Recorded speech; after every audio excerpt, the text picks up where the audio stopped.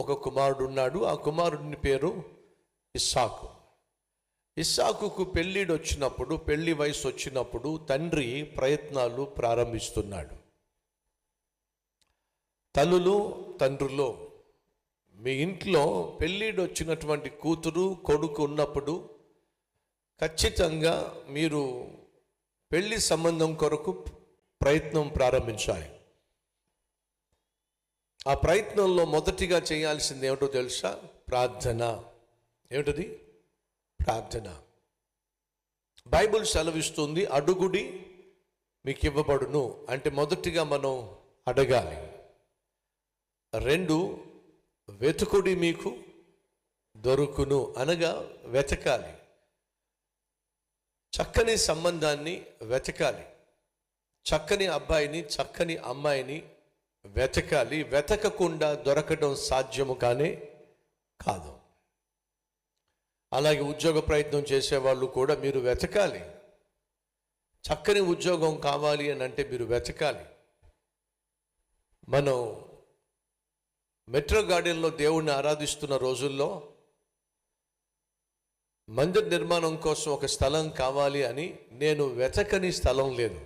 ఎన్ని చోట్లకు వెళ్ళానో, ఎన్ని స్థలాలు వెతికానో.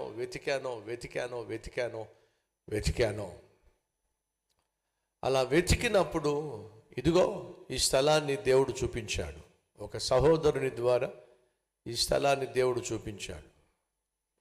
ఈ స్థలాన్ని దేవుడు చూపించినప్పుడు దేవుడు నాకు చెప్పాడు, ఇదే నా మందిరము కొరకు నేను ఏర్పరచుకున్న స్థలం అని దేవుడు నాకు తెలియచేశాడు. సో వెతకాలి. పెళ్ళిడు వచ్చిన కూతురు కానీ, కొడుకు కానీ మీ ఇంట్లో ఉన్నప్పుడు మొదటిగా మీరు ప్రార్థన చేయాలి. రెండోదిగా మీరు తట్టాలి, తెరవబడుతుంది. వెతికితే దొరుకుతుంది. ఉద్యోగ ప్రయత్నం చేసేవాళ్ళు ఖచ్చితంగా మీరు ప్రార్థన చేయాలి, ఆ తర్వాత తట్టాలి, అలాగే వెతకాలి అనే విషయం మర్చిపోకండి. కొన్ని సందర్భాల్లో నా దగ్గరకు తల్లిదండ్రులు వచ్చి, అయ్యా మా అమ్మాయి కోసం ప్రార్థన చేయండి, ఇంకా పెళ్లి కాలేదు అని చెప్పి అంటూ ఉంటారు. అప్పుడు నేను అడుగుతాను, పెళ్ళి కాలేదంటున్నారు కదా, మీ అమ్మాయి వయసు ఎంత? 47 సంవత్సరాలు. అబద్ధం చెప్పట్లేదు సుమా, 47 సంవత్సరాలట, ఇంకా పెళ్లి కాలేదట. వీళ్ళు చేస్తున్న పొరపాటు ఏమిటంటే, నాలాంటి సేవకుని దగ్గరకు వచ్చి ప్రార్థన చేయండి. ప్రార్థన చేస్తే మాత్రం సరిపోదు. రెండోది ఏమిటి? వెతకాలి. వెతకకుండా ప్రార్థన చేస్తే లాభం ఏమిటి?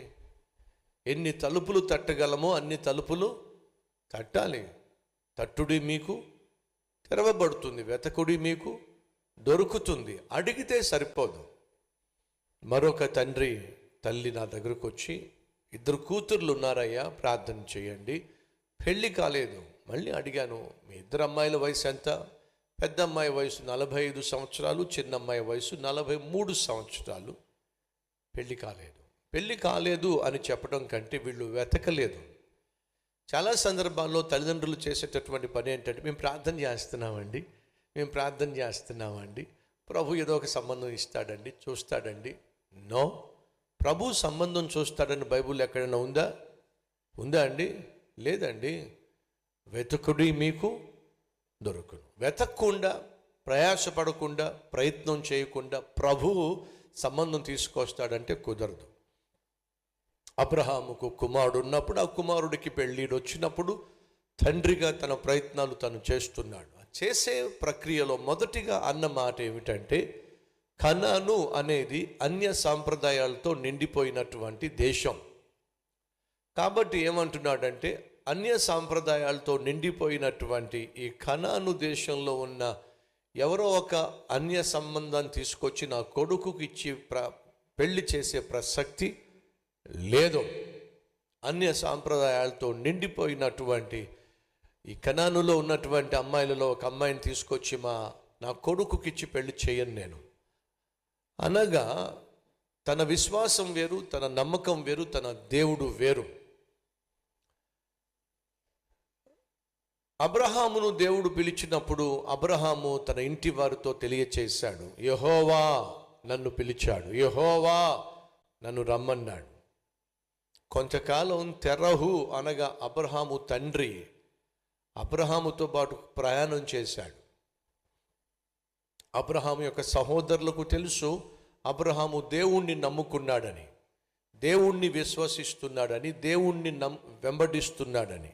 దేవుని కొరకే తన బంధువుల ఇంటి నుండి, తన ప్రాంతము నుండి, తన తండ్రి ఇంటి నుండి వేరై వాగ్దానం చేస్తున్న భూమికి అబ్రహాము ప్రయాణమై వెళ్ళాడు అన్న సంగతి తన ఇంటి వారికి తెలుసు. తన విశ్వాసమును గూర్చి, తన దేవుని గూర్చి ఎంతో కొంత తన ఇంటి వారికి తెలుసు గనుక తన దాసుడిని పంపిస్తున్నాడు. నా ఇంటి వారి దగ్గరకు వెళ్ళు, ఎందుకంటే వాళ్లకు తెలుసు నేను నమ్ముకున్న దేవుని గూర్చి. అనగా నేను నమ్ముకున్న దేవుని గూర్చి తెలిసినటువంటి వారి ఇంట్లో నుండే ఒక అమ్మాయిని నా కొడుక్కి భారీగా తీసుకురా అంటే, నా విశ్వాసము గూర్చి తెలిసిన వాళ్ళు, నా విశ్వాసమును అంగీకరించిన వాళ్ళు, నా కుటుంబానికి చెందిన వారి దగ్గర నుండే నేను నా కొడుక్కి ఒక అమ్మాయిని తెచ్చుకోవాలని ఆశపడుతున్నా. బైబిల్ సెలవిస్తుంది, విశ్వాసిని పెళ్ళి చేసుకోవాలి. విశ్వాసి అవిశ్వాసిని పెళ్లి చేసుకోవడానికి వీలు లేదు. తండ్రులు తల్లులు కట్నం కోసం కకృతిపడి కులము అని చెప్పి, కలర్ అని చెప్పి, క్యాష్ అని చెప్పి నీ కూతురు జీవితాన్ని, కొడుకు జీవితాన్ని దయచేసి బలి చేయకండి.